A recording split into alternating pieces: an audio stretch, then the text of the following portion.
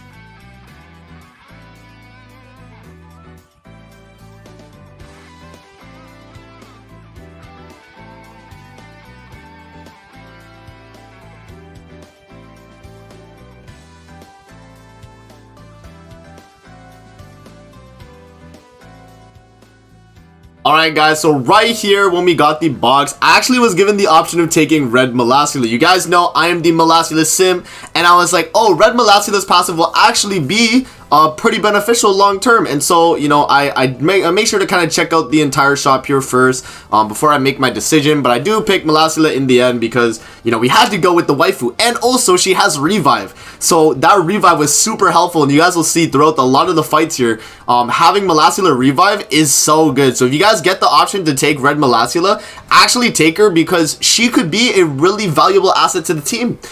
For sure, man. So I think we do swap out Bon and put him in the back.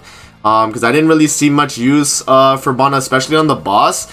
But yeah, I was thinking of moving Merlin to the back because she was just going to be, you know, alt gauge fodder. But you know, I think I decided to move Merlin to the front because we get the shield, and that also gives Amplify to Galland. So I was like, yeah, okay, we'll do that. And then, yeah, we get another battle here, and then we have the final boss. So I'll just cut again until we get to the final boss. So enjoy this battle, and then I'll give you guys my thoughts when we're on the final fight.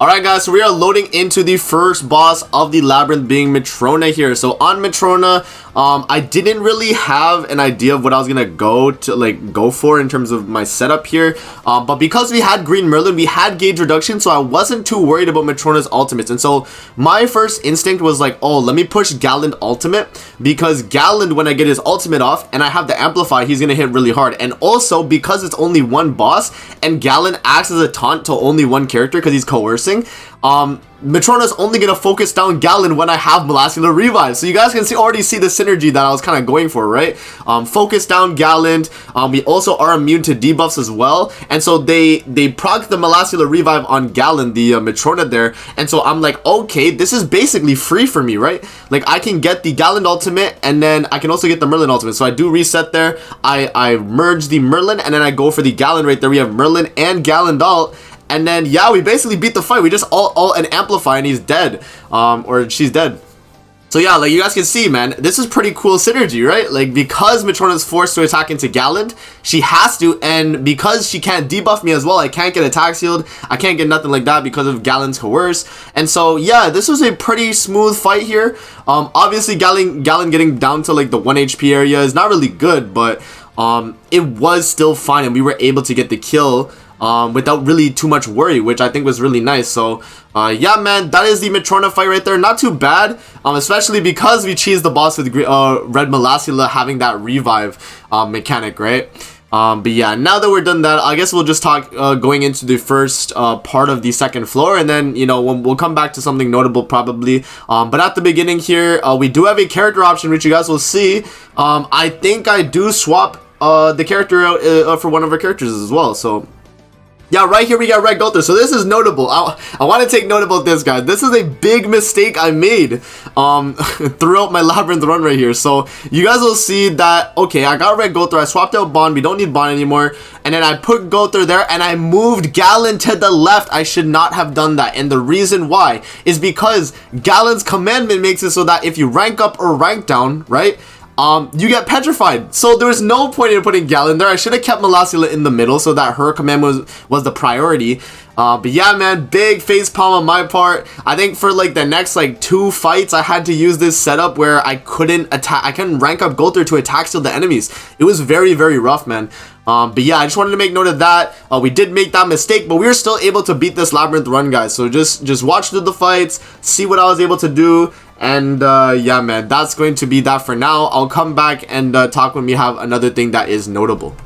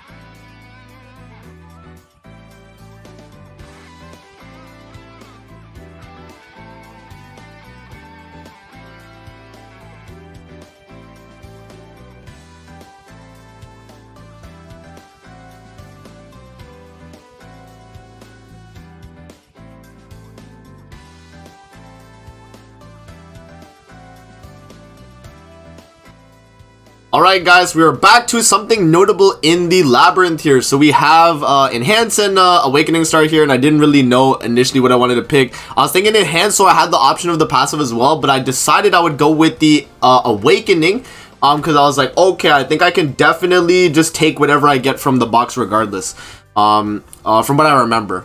Oh, unless maybe I go for the enhance. Okay, never mind. I go for the enhance. You know, amazing L right there. I do go for the enhance. Okay. But yes, I guess just to have more options is the way. And then yeah, as you guys can see, we go for the character slot instantly because I'm like, okay, if you guys don't remember, I did get a passive earlier where it was like, if I have same race characters, I can get 30% basic stats. So I was like, okay, I see Sigurd instantly. I'm like, oh, Sigurd I could swap for Gother. It would remove the whole rank up problem that I have, and it would also make my full lineup be demon race, which is exactly what we needed to do. And so I was like, okay, let me select Sigurd. We will swap out Gother and we will play Sigurd there. I was thinking of doing Merlin, but I didn't really see a use because Merlin actually does give me the gauge from the backline, the extra 1 gauge, whereas Gother from the backline wouldn't do anything. So I decided like, oh, instantly I'm not gonna look at the passives, I'm just gonna take Sigurd because I think this is really good. And then I was like, okay, Galen's commandment will be useful now that I don't have a rank up character, so I decided to keep it on.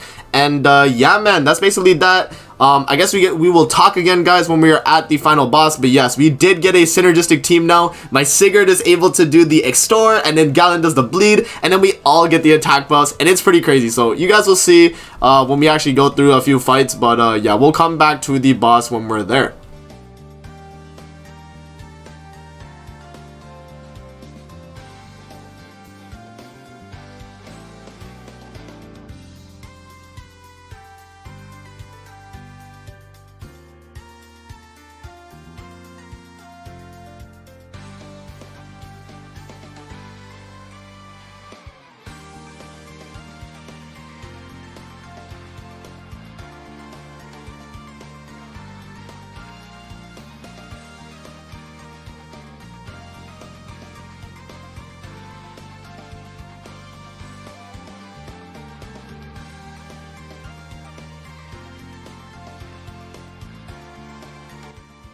Alright guys, so we are loading into the King boss battle here, the second boss in the Labyrinth. And the thing is with King, he actually is the green skinny king. If you guys don't know, the green skinny king card, so he's gonna have double single target cards, and then his ultimate's gonna be AoE. But as you guys can see, because we have Galen coercing the king, I wasn't necessarily too worried. The only thing I was kind of worried about was the fact that we couldn't debuff, because I do the extort and it doesn't actually debuff him, which is very unfortunate. So I wasn't able to start stacking up buff cards like I thought I could, or like buff damage with my amplify cards.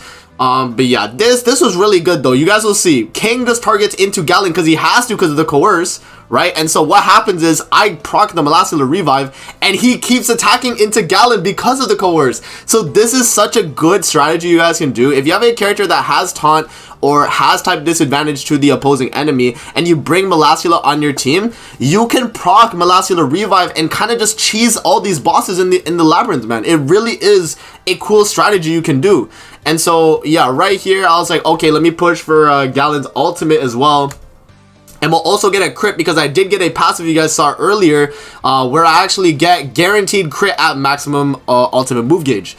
So basically King's passive. But yeah, he goes for the ultimate, one-shots my Sigurd, doesn't kill Molasula though, which is very good. Because if he killed Molasula, that actually would have been really scary. But we do live here, keeps attacking into Galen because of the coerce, and we still have Molasula revive for one more turn. So yeah, right here with Galen we ult, and then we do finish off the fight there. I was like, okay, we'll shield up with Merlin just in case. But I do think this is going to kill regardless. And yeah, we do actually get the kill there.